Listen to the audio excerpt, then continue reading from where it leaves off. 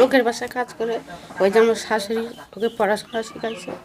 দোকানে কাজ করছে, অনেক কষ্ট করছে। 3 বছর পরে পাইলো আমার ছেলে। অনেকেই বলছে পরীক্ষা দেওয়ার পারিস না, মরতে পারিস না। আমাদেরও একটু খুশি হয়েছে, বহুত কষ্ট করেছে ছেলেটা। মনের অদম্য ইচ্ছে ছিল সেনাবাহিনীতে যোগদানের, কিন্তু পরিবারের আর্থিক প্রতিকূলতা বারবার বাধা হয়ে দাঁড়াচ্ছিল। স্কুল জীবনের পড়াশোনার খরচ ঠাকুমা কোনো মতে লোকের বাড়িতে কাজ করে জুগিয়েছিলেন, কিন্তু আর্থিক দুরবস্থার কারণে কলেজে ভর্তির সাহস এবং খরচ কোনোটাই জুগিয়ে উঠতে পারেনি। তাই 2017 সালে উচ্চ মাধ্যমিক পাশ করার পরেই পড়াশোনা ছেড়ে দিয়ে সংসারের হাল ধরতে বাধ্য হয়েছিল ভাইটি।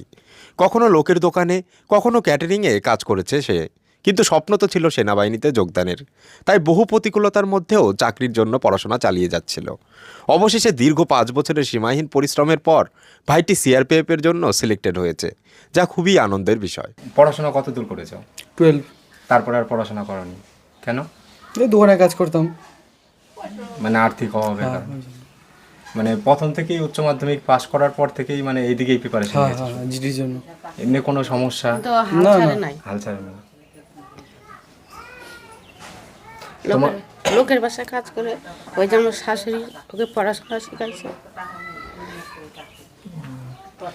উচ্চ মাধ্যমিক কত সালে দিয়েছিলে তুমি? 2017। 17। তো এরপরে কি ইচ্ছা আছে? এখানে থাকবে না অন্য কোনো আবার কিছুর জন্য প্রিপারেশন নেওয়ার ইচ্ছা আছে? চেষ্টা করো কোবরাতে যাওয়ার। খবরাতে যায়। এমনি বাড়িতে আর কে কে আছে? এর তো আমরা 4 ভাই আর মা বাবা ঠামা। এমনি বাকি যে ভাই আছে তারা কি পড়াশোনা কন্টিনিউ হ্যাঁ, করছে? পড়াশোনা করতে যায়। ওরাও কি চাকরি বাকরির কোনো প্রিপারেশন নিচ্ছে এখন? নিচ্ছে, কেউ নিচ্ছে আবার কেউ কাজ করতে যায়। কি বলবেন এই বিষয়ে? চাকরি হলো নাতির, কি বলবো, চাকরি হয়ে গেল, এখন সরকারে বুঝবে, সরকারি ঘরে যাবে। আর আমার হাতে তো কিছু নাই। মানে খুব চিন্তা করে। অনেক কষ্ট করে পড়াইছে। লোকের বাসায় কাজ করে তারপর পড়ানো হয়েছে। মেনলি ঠাকুমাই বেশি সাহায্য করতে পড়াশোনায় নাতি।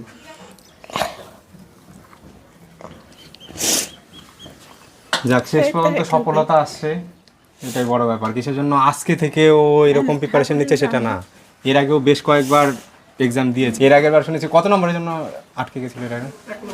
1 নম্বরের জন্য পয়েন্টে বাদ গিয়েছে। পড়াই হয়ে গেছিল, তারপরে কিসের থেকে কী হলো আর বলো। আমি যাই বলছি আমি কষ্ট করে মানুষ করছি, আবার পরীক্ষা দিবে, দেখবে ওর ভাগ্যে থাকলে হবে। এই তো আর কি। কি বলবো, গরিব ছিল, খুবই গরিব, ওদের আর্থিক অবস্থা নাই, তাই ওরা এখন চাকরিটা পাইছে, তাই ওদের খুব খুশি, আমাদেরও সবাই খুশি এর জন্যে। মানে ছোটবেলা থেকেই নাকি খুব পরিশ্রম করেছে। বাড়িতে কাজ করে করে পড়িয়েছে। হ্যাঁ, বাড়িতে কাজ করিয়েছে, তারপরে ও কাজ করছে দোকানে, কিন্তু অল্প পয়সা কি করবে, অত পড়াশোনা করে তারপরে ওই এই চেষ্টা করলো সবাই মিলে, এখন আর কি। ছেলেটা মানে কি বলবো, জীবনে অনেক সংঘর্ষ করেছে, আজকে সুযোগ পেয়েছে, আমাদেরও একটু খুশি হয়েছে।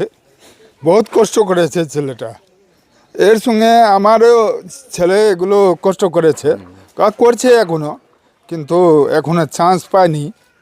এই ছেলেটা চান্স পেলো, আমার পাড়ার একটা নাম হলো যে সিআরপিএফে চান্স পেয়েছে, দেশের সেবার জন্য যাচ্ছে।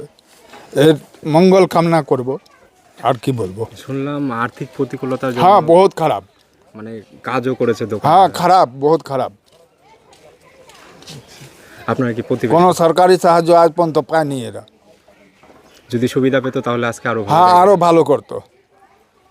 আপনার নাম? আমার নাম চন্দ্রেশ্বরী রাউত, স্থানীয় বাসিন্দা। হুম।